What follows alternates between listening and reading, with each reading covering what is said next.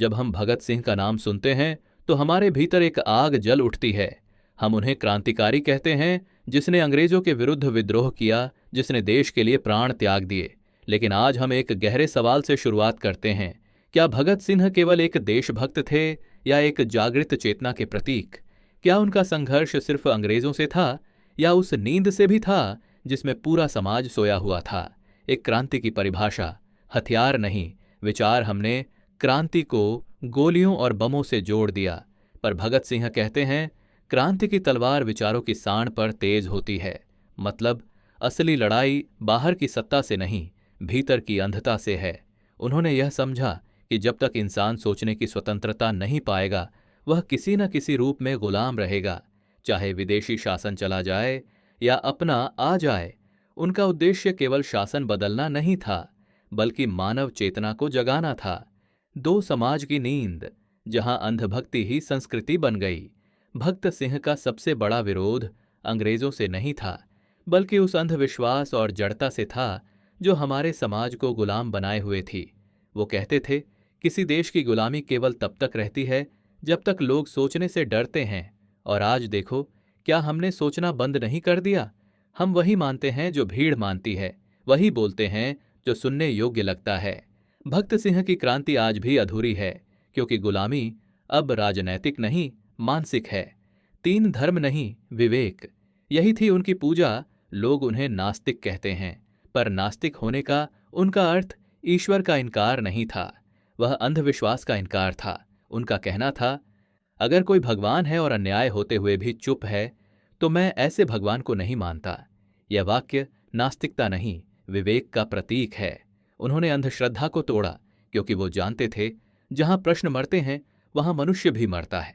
उन्होंने तर्क और विचार को अपनी साधना बनाया। उनके लिए ईश्वर का अर्थ किसी मंदिर की मूर्ति नहीं था, बल्कि वह चेतना थी जो अन्याय को देखकर मौन न रहे। चार भगत सिंह का आत्मबोध, मृत्यु से परे की दृष्टि। जब उनसे पूछा गया, तुम्हें मौत से डर नहीं लगता, तो उन्होंने कहा, मुझे मरने से डर नहीं, अर्थहीन जीने से डर लगता है। यह बात केवल साहस की नहीं, आत्मज्ञान की चरम अभिव्यक्ति है, क्योंकि जो जान ले कि मैं शरीर नहीं हूं, उसके लिए मृत्यु डरावनी नहीं रह जाती। उनका जीवन साक्षी भाव की मिसाल है, जिसने जीवन को देखने का दृष्टिकोण बदल दिया। वे जीते हुए भी मृत्यु को हरा चुके थे। 5 युवाओं के लिए संदेश, नकल नहीं, जागृति। आज के युवा भगत सिंह की तस्वीर लगाते हैं, पर उनकी सोच नहीं अपनाते। वो सिर्फ चेहरे को आदर्श बनाते हैं, चेतना को नहीं।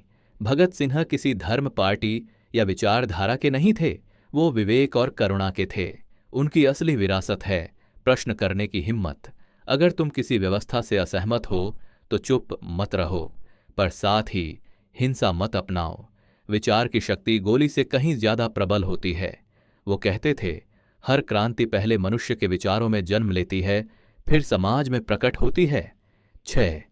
उनका बलिदान, मौत नहीं, मुक्ति थी। जब उन्हें फांसी दी गई तो वे हंसते हुए फंदे पर चढ़े। क्यों?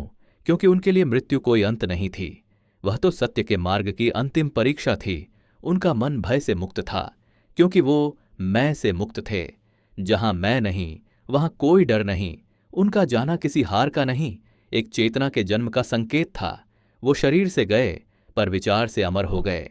7. असली श्रद्धांजलि, मूर्तियां नहीं, दृष्टि। भगत सिंह की मूर्तियां बन गईं, पर उनकी दृष्टि खो गई। हमने उनके फोटो को पूजा, पर उनके विचारों को नहीं समझा। अगर तुम सच में उन्हें श्रद्धांजलि देना चाहते हो, तो उनकी सोच को अपने जीवन में उतारो। मतलब अन्याय के सामने मौन मत रहो, अंधभक्ति से परे सोचो और हर निर्णय को विवेक की रोशनी में लो। 8 निष्कर्ष, भगत सिंह मर नहीं सकते, क्योंकि जो अपने स्वयं से परे चला जाता है वह मरता नहीं, वह अमर होता है। भगत सिंह सिर्फ एक व्यक्ति नहीं थे, वह एक चेतना थे, जो आज भी हर उस दिल में जीवित है जो प्रश्न करने की हिम्मत रखता है, जो अन्याय के सामने झुकता नहीं, जो सत्य के लिए खड़ा होता है। क्रांति मनुष्य को तोड़ती नहीं, जगाती है। भगत सिंह ने हमें यही सिखाया कि असली क्रांति तलवार से नहीं, जागरण से होती है। समाप्त।